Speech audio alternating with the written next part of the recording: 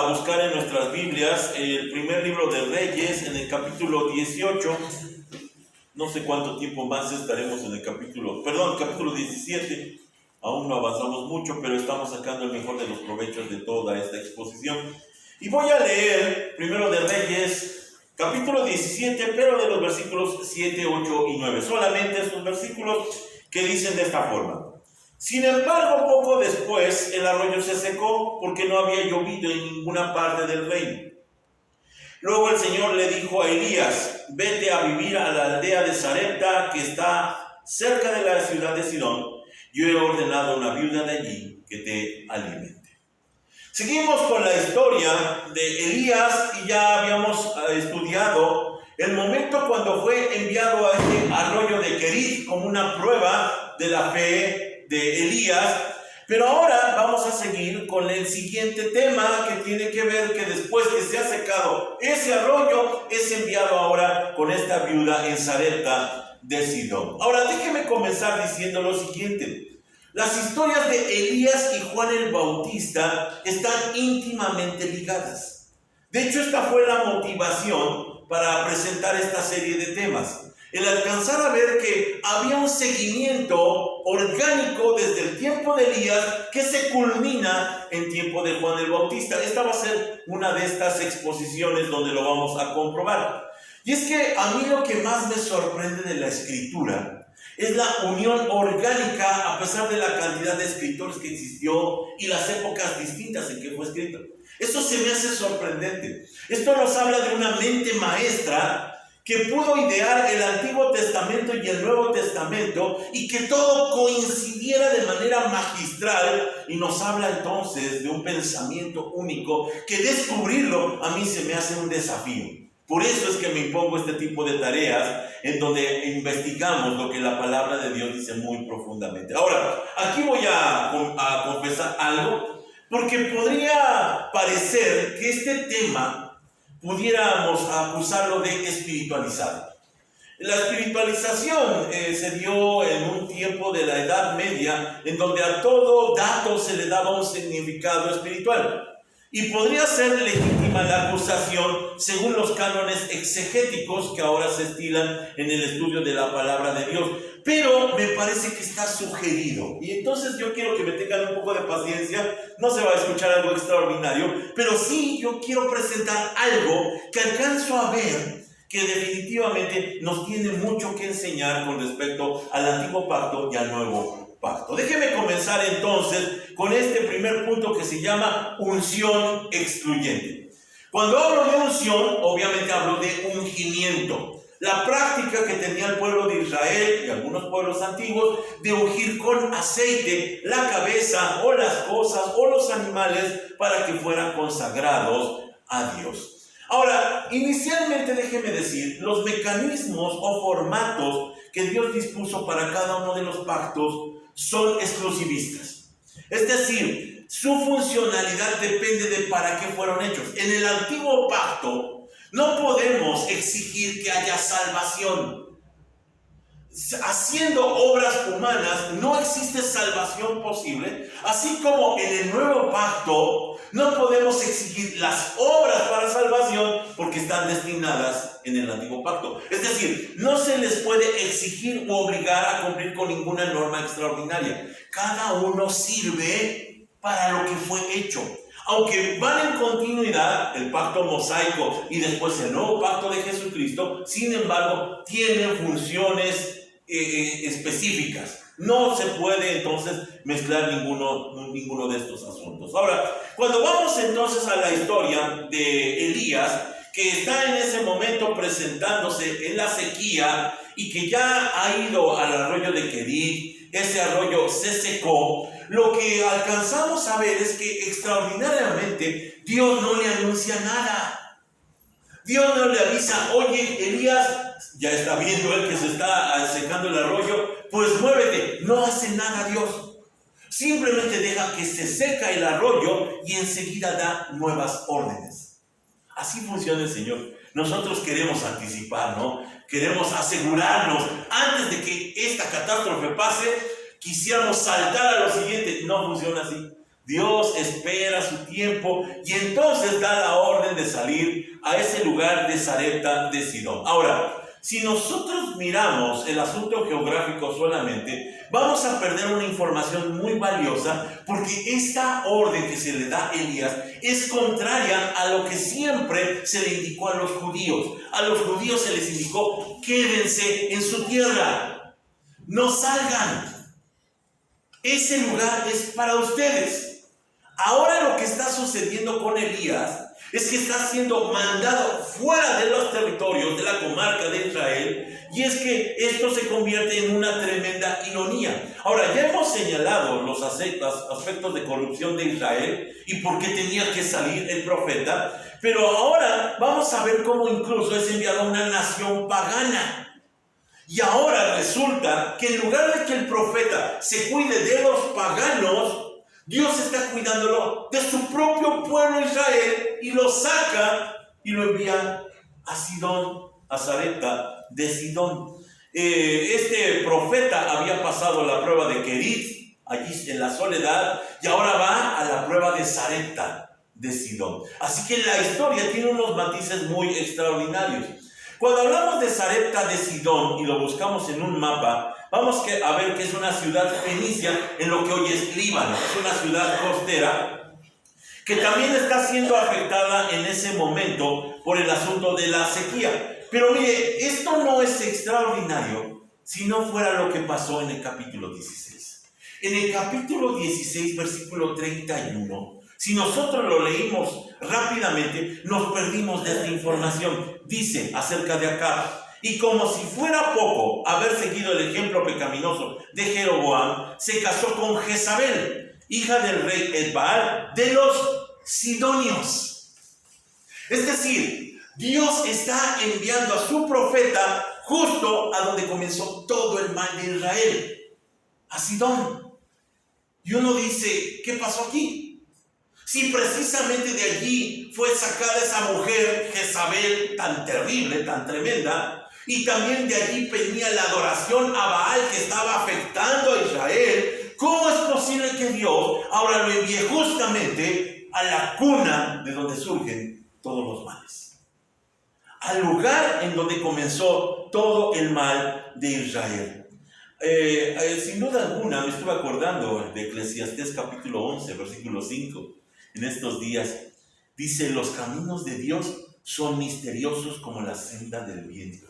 Miren que si nos enfrentamos a un Dios que nos rebasa en la racionalidad y no podemos comprender lo que está haciendo con nuestras vidas, justo cuando le pedimos algo, nos responde de otra manera y nos sorprende. No es justo lo que queríamos, pero sí es justo lo que necesitamos.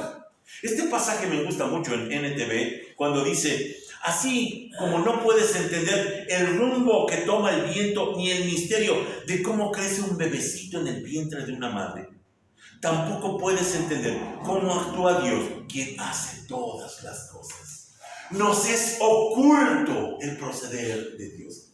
Dios envía a Elías al lugar donde proceden todos los males de Israel, a Sarepta de Sidón. Aquí lo que es increíble es que justamente acá, ese rey al que le fue anunciada la sequía, le fue anunciado el juicio contra su pueblo, lo había buscado muy enojado. Acá no se quedó de brazos cruzados y nos dice en 1 de Reyes 18:10 que acá había buscado a Elías: te juro por el Señor tu Dios que el rey te ha buscado en cada nación y reino de la tierra. Desde un extremo hasta el otro ha procurado encontrarte. Cada vez que alguien le afirmaba: Elías no está aquí, el rey Acab obligaba al rey de esa nación a jurar que había dicho la verdad. ¿Quién lo iba a decir? ¿Saben dónde Dios tenía oculto a su profeta? En el lugar menos pensado, de donde era su mujer, de donde había venido todo el problema. Mire, esto, aparte de reflejar la ironía de la historia de la tierra de Jezabel y la tierra de Baal, de Etbaal, el sacerdote de Baal, está hecho también como un reflejo literario de Moisés. ¿Se acuerda de la historia de Moisés? Este profeta de Dios fue justamente acogido y fue adoptado por la hija del asesino de su pueblo. Cuando el faraón había mandado a matar a todos los niños menores de 2 años, irónicamente, el libertador del pueblo de Israel vivió en el palacio. Es decir, está mostrando cómo Dios hace las cosas para que su nombre sea glorificado y hace de lo imposible lo posible. Cuando estemos cruzando uno de estos valles de muerte y digamos, este no es el lugar en el que debería de estar porque Dios me ha enviado aquí, Dios sabe, sus caminos son misteriosos. Así que Dios está haciendo lo que es adecuado para su profeta. Ahora, aquí entramos a un tema muy importante.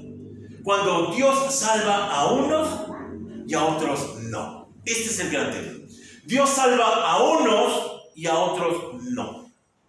Ahora, aquí tengo que aclarar que no es la doble predestinación que pretenden los arminianos, los que siguen el pensamiento de Jacobo Arminio, que acusan a los calvinistas de una doble predestinación. Es que cuando se habla de predestinación, predestina a unos para salvación y a otros predestina para condenación. No es así. La verdad es que la palabra de Dios ha destinado a todos a condenación. Dice en Romanos 3:23, por cuanto todos pecaron y todos están destituidos de la gloria de Dios. Así que no es cierto que unos están predestinados para condenación. Todos estamos destinados a condenación. Sin embargo, la mano misericordiosa de Dios tiene a bien rescatar a su pueblo. Este es un tema que veremos en la próxima entrega. Pero el estatus delante de Dios es que somos culpables. Todos somos culpables, de ahí partimos. No hay un favorito, no hay uno que tenga una ventaja. A Dios salva a quien le place salvar. Dios salva a unos y a otros no salva. Déjeme entonces hacer referencia al comentarista que estuve analizando en esta ocasión, a Alfred Edersheim, que dice: el hospedar a Elías le fue para un beneficio espiritual real. Está hablando de la mujer, de la viuda de Sarepta, que implicaba que Dios tenía propósitos de gracia más allá de las estrechas fronteras de Israel. Es decir, Dios en ese momento tiene un plan en donde quiere beneficiar ahora a extranjeros, demostrando que la salvación nunca fue exclusiva de los judíos. La salvación es del Señor. El apóstol Pablo lo pudo corroborar después en Romanos 3:29 cuando dijo: después de todo, ¿acaso Dios es solo Dios de los judíos? ¿No es también el Dios de los gentiles? Y él responde: claro que sí. Dios está pensando en todas las naciones, además de los judíos. Sin embargo, en ese momento parece que se había especializado y se había enfocado en el pueblo de Israel. Ahora, aquí hay una nota cultural, y esto es lo que a mí me llama la atención, porque la cultura judía en general sugería que, aunque Elías era judío, era posiblemente extranjero. Es decir, había nacido en un lugar que no necesariamente era la tierra de Israel. Y esto de alguna forma lo hacían para descalificarlo. Así como sucedió con el apóstol Pablo. Pablo es judío, de padres judíos, sin embargo dice que era de Tarso, una ciudad extranjera. Y es que ellos se dan cuenta de un gran problema que no encaja con el judaísmo de ese tiempo. Elías es un hombre que va contra el pueblo de Dios. ¿Cómo? ¿Va a vivir con una extranjera? Y ofrece un sacrificio en un monte, el Monte Carmelo, que no es el lugar, según ellos, el lugar adecuado para ofrecer sacrificios, porque ellos deberían de ofrecerlo solamente en Jerusalén. Así que Elías es un ente en ese momento complicado. Es una situación difícil que ellos no quieren aceptar tan fácil, porque Elías les recuerda de alguna forma que Dios no solamente trata con ellos, trata también con los gentiles. Yo sin duda alguna alcanzo a ver que este era el anticipo de lo que el Señor Jesús después le dijo a la samaritana en Juan 4:21. Se acerca el tiempo en que no tendrá importancia si se adora al Padre en este monte o en Jerusalén. Ya está saliendo de los límites. Ya está buscándonos a nosotros, los extranjeros, los no judíos, desde el tiempo de Elías. Así que con esto nos damos cuenta que en ese momento era un anuncio anticipado del reino de Dios, del cual Juan el Bautista sería el heraldo. Allí se empiezan a unir las historias. Por un lado, Elías comienza juzgando al pueblo de Israel, se sale del pueblo, va a vivir al extranjero. Y Juan el Bautista después viene hablando del reino de Dios, el cual está abierto para todo el mundo, ya no solo para los judíos. Está hablando de la nueva era que comienza en Cristo. Sin embargo, es Cristo quien le da un significado espiritual. Aquí es donde yo decía al principio, podrían acusarme de espiritualizar el tema, pero es Jesús mismo el que lo dice.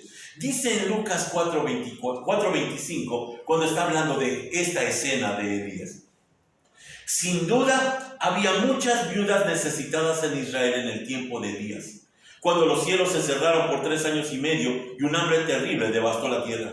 Sin embargo, Elías no fue enviado a ninguna de ellas. En cambio, lo enviaron a una extranjera, a una viuda de Sarepta, en la tierra de Sidón.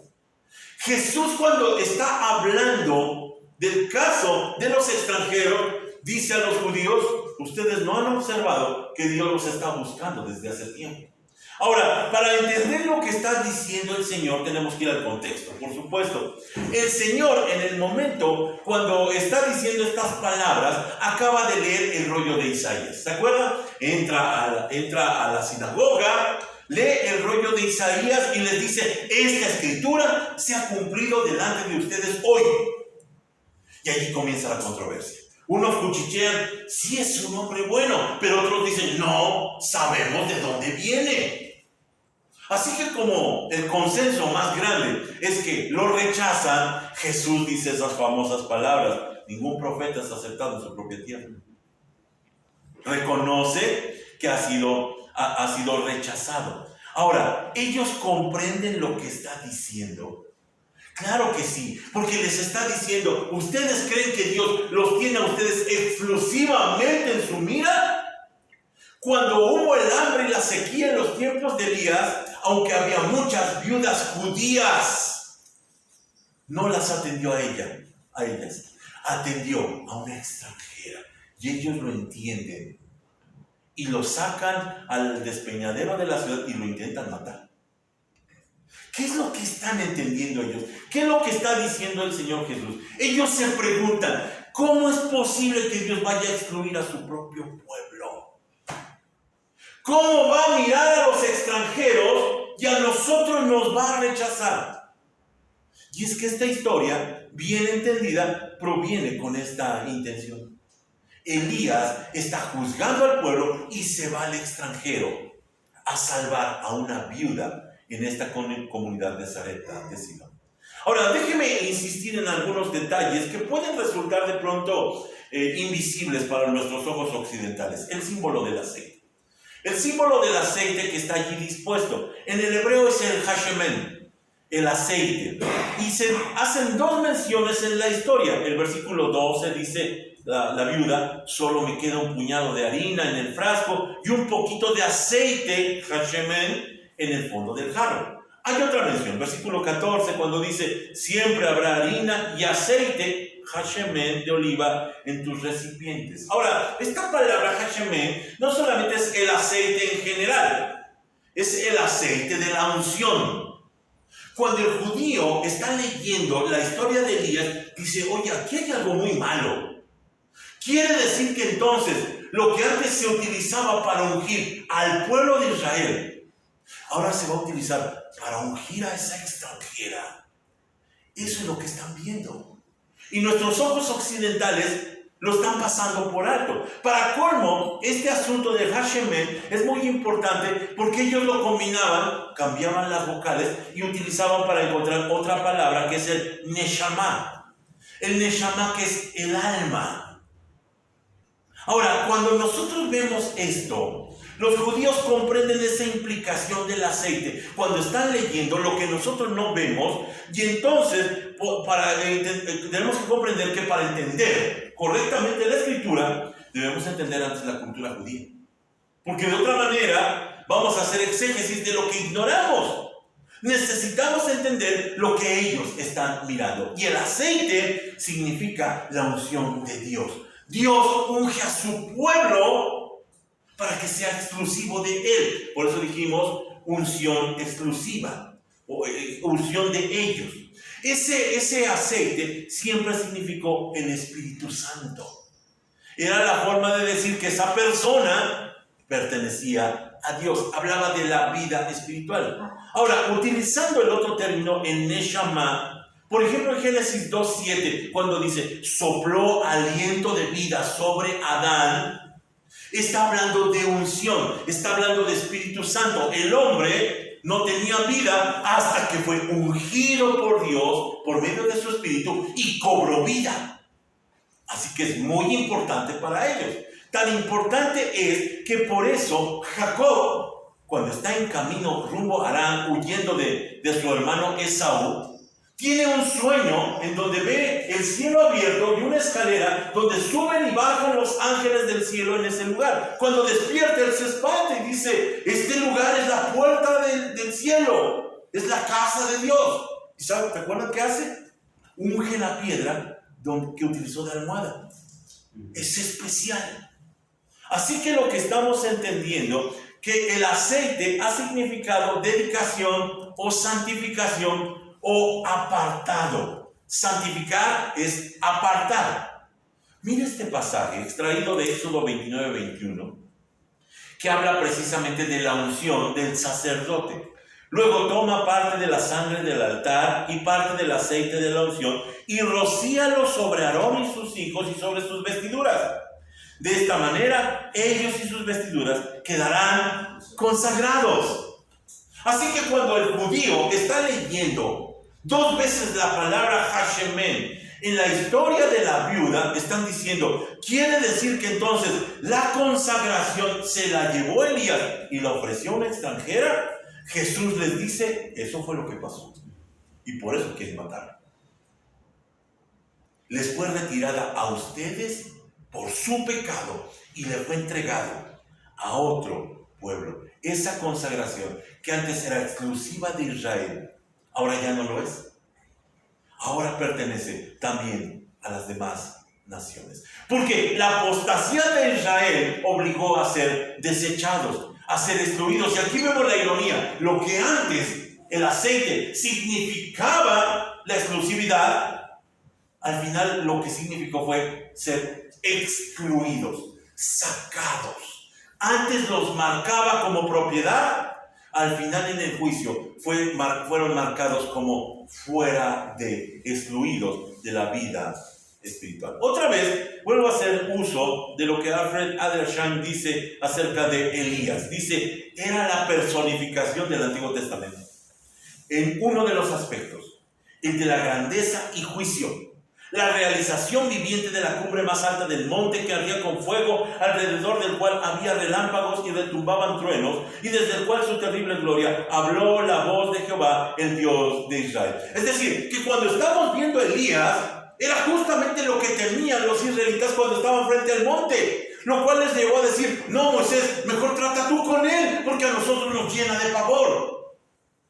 Lo que estaban viendo era la ira de Dios, la santidad de Dios, relámpagos, truenos, rayos, y todo eso que temían, ahora Elías se los estaba aplicando a ellos. Todo eso que ellos no querían, ahora el juicio divino los había excluido de la salvación. ¿Y saben dónde está la salvación? Está en Sarepta de Sidón. Esto es escandaloso. ¿Por qué Dios salva a unos y a otros no los salva? Déjeme entrar entonces al segundo punto, porque dijimos que están íntimamente relacionadas la historia de Elías y de Juan el Bautista. Y cuando hablamos de Juan el Bautista hablamos del bautismo, y cuando hablamos del bautismo hablamos de la inclusión que tiene el bautismo para entrar al cuerpo de Cristo, al reino de Dios. Y aquí surge una primera pregunta: ¿por qué agua en lugar de aceite? Si por siglos lo que se estiló para ungir al pueblo era el aceite, ¿por qué el cambio al agua? ¿Lo ha pensado? Mire, me parece que la respuesta la da el Señor Jesús en Juan 3:5, cuando está platicando con Nicodemo. Él le dice, te digo la verdad, nadie puede entrar en el reino de Dios si no nace de agua y del Espíritu. En los escritos que estoy a punto de publicar, primeramente Dios, hago un tratado muy extenso acerca del nuevo pacto y su significado. Y el nuevo pacto es anunciado por Ezequiel y por Jeremías, pero con una modalidad nueva: agua y espíritu. No aceite y espíritu, Hashemé y Neshama, no. Hay un cambio, agua y espíritu. Y esto nos empieza a enseñar algo muy importante. El antiguo pacto va a pasar completamente, incluso sus símbolos. Ya no es la Pascua, ya no es el aceite, ahora es el agua, ahora es la cena. Cambia totalmente para que nosotros no nos veamos tentados a esta mezcla sincretista entre los dos pactos. Así no funciona. Todo lo ceremonial se quedó en el pasado. Nosotros estamos en un tiempo en donde ahora nuestro cristianismo no se mide con lo que sucedió con el pueblo judío. Cambió completamente. Así que esa unción pactual del aceite era en realidad la elección de Israel sobre los demás pueblos. Dios los elige, Dios los unge con aceite del Espíritu Santo y dice el Señor, estos son míos, son santos para Dios. Pero aquí había un problema. El problema era que los hacía responsables ante Dios. Es decir, es un privilegio para ellos el asunto de ser ungidos, pero a la vez es una responsabilidad. Porque si no cumplían el pacto, se hacían responsables y eran enjuiciados. De esto está hablando Juan el Bautista.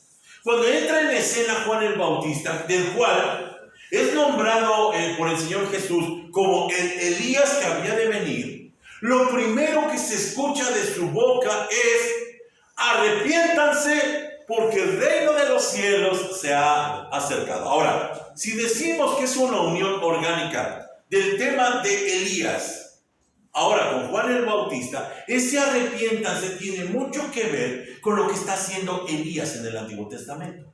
Se sale del pueblo, va hacia los extranjeros, y entonces a los judíos se les hace una invitación. A los judíos, arrepiéntanse. ¿Por qué? Porque ellos tienen el pacto y son responsables. Ellos tienen la unción, y esa unción y ese pacto los hace culpables. Juan les dice, arrepiéntanse. Ojo con lo que voy a decir. Esto no es para los demás. El arrepiéntanse de Juan no es para todos los demás, porque nosotros nunca estuvimos bajo el pacto. Todos los gentiles, todos los no judíos, nunca estuvimos para el pacto. Por eso el apóstol Pablo dice lo siguiente en Romanos 2:12. Es muy importante. Los gentiles serán destruidos por el hecho de pecar, aunque nunca tuvieron la ley escrita de Dios. Y los judíos, que sí tienen la ley de Dios, serán juzgados por esa ley porque no la obedecen. Después discutiremos en un tema posterior lo que implica el ser juzgado, el juicio de los gentiles. Pero en ese momento, lo que era la ventaja del pueblo de Israel, la unción, el pacto, las ceremonias, se convierte en contra suya. Y van a ser juzgados por esa ley que tanto presumían, por esa estirpe que decían, somos hijos de Abraham. Van a ser juzgados. Y Juan les dice entonces, arrepiéntanse, porque los juicios de Dios no pueden detenerse. Y esto implica que rechazar al Mesías, rechazar al Cristo, era condenarse. El Señor Jesús lo dijo nuevamente en Juan 3:18. No hay condenación para todo el que cree en Él, pero todo el que no cree en Él ya ha sido condenado por no haber creído en el único Hijo de Dios. ¿Se dan cuenta? Todos los que no creen en Jesús ya han sido condenados. No hay doble predestinación. Todos fuimos condenados por causa de nuestra maldad y nuestra falta de fe. Pero dice, el que cree, ese que cree, está entonces con la oportunidad de no ser condenado. Hay un pasaje también que tiene que ver en Hebreos capítulo 10, donde el autor dice lo siguiente: queridos amigos, si seguimos pecando a propósito después de haber recibido el conocimiento de la verdad, y aquí pongo entre paréntesis la incredulidad, ya no queda ningún sacrificio que cubra esos pecados. Solo queda la terrible expectativa del juicio de Dios y del fuego violento que consumirá a sus enemigos. Esto es justamente de lo que está hablando Elías y Juan el Bautista. Arrepiéntanse porque esto que tenían como ventaja ahora viene en contra suya y serán destruidos. Serán quitados y serán echados fuera de la salvación. Juan el Bautista completa lo que Elías comenzó. Este es el hilo orgánico. No sabe Elías lo que está haciendo, pero Juan, en el momento cuando aparece en escena, está completando lo que había comenzado Elías. Y Elías está profiriendo un juicio contra Israel, que en unos años más quedaría excluido y que sería llevado fuera por los asirios y se perderían 10 tribus irremediablemente. Eso que comenzó él, ahora va también contra los judíos, los del sur, Judá. Ellos que pensaron, pues nosotros nos salvamos. Ahora Dios los demanda también a ellos. Y entonces vamos a ver cómo se va a cumplir una sentencia que Cristo dijo. El Señor dijo en Mateo 21:43, les digo que a ustedes se les quitará el reino de Dios y se le dará a una nación que producirá el fruto esperado. Tanta es la obstinación del pueblo de Israel y de Judá que dice el Señor, no hay otro remedio, se les va a quitar el reino.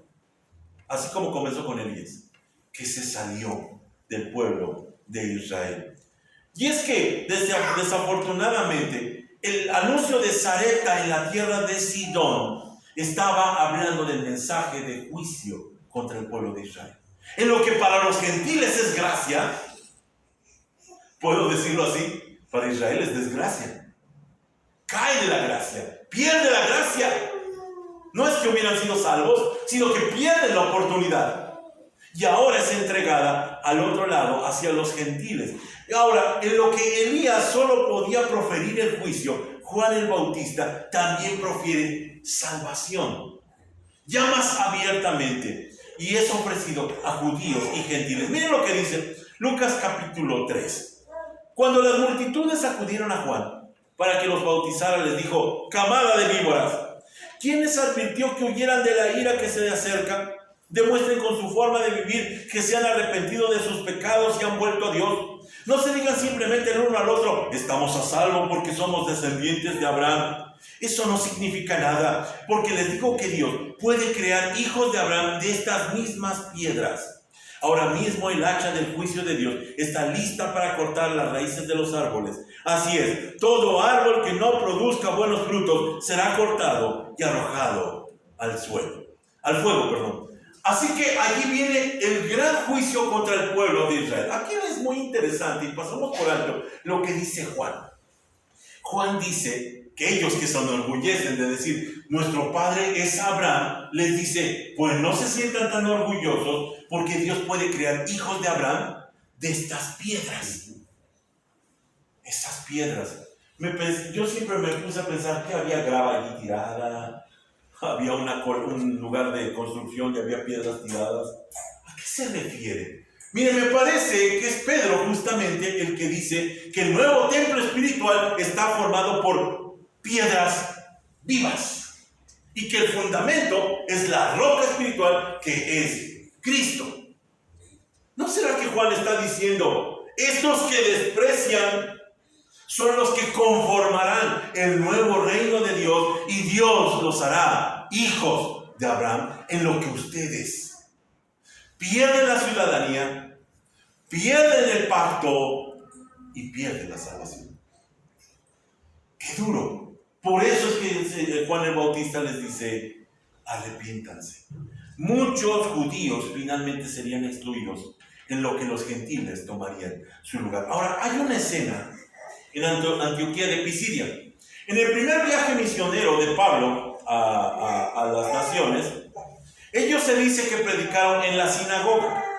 Pero recordando lo que pasó en ese lugar, dice que la gente se amotinó para escuchar la palabra de Dios, y sábado tras sábado, poco a poco los judíos se llenaron de celos y empezaron a contradecir a Pablo y a Bernabé, hasta que llegó al punto de lo que dice en Hechos 13:46, que dice: entonces Pablo y Bernabé hablaron con valentía y declararon: era necesario que primero les predicáramos la palabra de Dios a ustedes, los judíos, pero ya que ustedes la han rechazado y se consideran indignos de la vida eterna, se la ofreceremos a los gentiles. Cambio al versículo 48. Cuando los gentiles oyeron esto, se alegraron y le dieron las gracias al Señor por su mensaje, y todos los que fueron elegidos para la vida eterna se convirtieron en creyentes. Aquí es donde se cumple la sentencia del Señor. El reino les será quitado. Se obstinaron tanto en su judaísmo, se obstinaron tanto, se aneciaron y se aferraron tanto a su religiosidad, que el mensaje les fue entregado a los de Sarepta de Sidón, a donde Elías había ido a buscar hospedaje con esa viuda pobre. Dice que se alegran y dan gracias al Señor por su mensaje. Y aquí viene un duro golpe, porque dice aquí en cualquier versión que lo lean: y todos los que fueron elegidos para vida eterna se convirtieron. No es del que quiere, es de quien Dios tiene misericordia. Este tema lo vamos a ver dentro de 8 días, cuando veamos la gracia que sucede en la casa de la viuda de Sarepta. El juicio de Dios que había comenzado por Elías iba a terminar con Juan el Bautista. Por eso es importante la figura de Elías y de Juan. Déjeme concluir entonces esta primera parte, podríamos llamar. Vendrá una parte segunda, gloriosa, maravillosa, donde habla de la salvación por medio de la resurrección. La resurrección, de la cual fue testigo no el pueblo de Israel, fue testigo una simple viuda extranjera de un lugar apartado de Israel. La historia de Sarepta era el anticipo de la gracia de Cristo. Ya se estaba anunciando. El pueblo de Israel, que tenía todas las oportunidades, todas las ventajas, las desaprovecha, las deja pasar y se le ofrecen a alguien que es extranjero, se le ofrecen a los que no éramos judíos. En Cristo fue cobrado el juicio y recibimos salvación. Esa es nuestra ventaja. En lo que el pueblo de Israel tuvo que pagar por su desapego a la ley, por su desobediencia y rebeldía y su rechazo al Mesías, en nosotros el juicio fue cobrado en Jesucristo. Que la gloria sea para siempre. Seguiremos en el siguiente tema, el de la gracia, en donde veremos cómo se manifiesta el Señor en una tierra extranjera. Padre, te agradecemos porque tú viniste a visitar nuestra tierra extranjera. Tú miraste, Señor, nuestra necesidad y nos diste la oportunidad que no teníamos y que no merecíamos. Gracias te damos porque nos destinaste para salvación. Gracias te damos porque nos viste con ojos de misericordia. Y ahora, Señor, hoy nos regocijamos por tu llamado. Hoy nos regocijamos, Señor, por la salvación que tenemos. Porque fuimos escogidos, Señor, a pesar de que no éramos pueblo. A pesar de que éramos desechados por tu pueblo mismo, el ungido.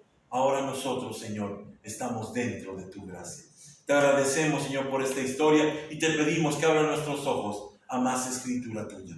Oramos en el precioso nombre de Jesús. Amén.